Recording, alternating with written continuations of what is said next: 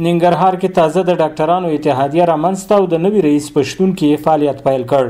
دغه ولایت د عدلي ریاست مسؤلین د اتحادیې شتون یو اړتیا بولي او ډاکټرانو ته ولس ته د ښه خدمت کولو سپارښتنه کوي. ضرورت په اساس باندې د وزارت عدلي په امر باندې دوی ته دغه اتحادیه جوړه شوه. دوی د خپل کارونه په منظم ډول سرته ورسوي، خپل منځ کې وحدت او اتفاق وساتي او دغه خپل هیوادوالو واقعي خدمت وکړه.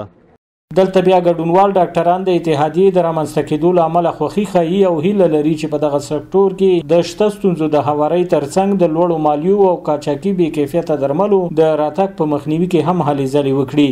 کم درمل چې د مختلفو شاوخوا ګاونډي هیوادونو څخه افغانستان ته راواردېږي دا زیاتره درملونه بې کیفیته دي. هغه اتحادیه باید څخه هیله ورزو زموږ دا ده چې دوی وشي کولی چې دغه ستونزې چې مثلا د مالیاتي بخش کې دي چې په دې کې هم تجدید نظر وشي. موږ طبي قشر کې هم ډیر مشکلات به وي موجود وي، خو موږ به د ټولو د مشکلات خپل مسؤلینو ته رسو. ځایي خلک بیا د یو شمېر ډاکټرانو په چال چلن په لوړو بیو د درملو په پلور بې ځایه معایناتو ترسروي او نورو برخو نیوکې لري او له دغه اتحادیې د دغه ستونزو د هوارۍ په برخه کې د رغنده اقداماتو د ترسروي غوښتنه کوي. دا سیستم د تبابت چې د تجارتي شکل غوره کړی دی، دغه میانخانه خلاصه کړې ده. اول د پیس په رابطه باندې دوی خپل هغه معیار نه ټاکي، ښه اصول نه ټاکي. دوی راوړي دوی تجارتي کمپنیو سره قرارداد دی، ټنډر دوی ده. هغه بازار کې مثلا په بله کمپنۍ په 10 روپۍ په 20 روپۍ ټابلیټ ورکوي، دوی هماغه چې تجارتي شکل غوره کړی دی کمپنۍ سره په 1.5 باندې ورکوي.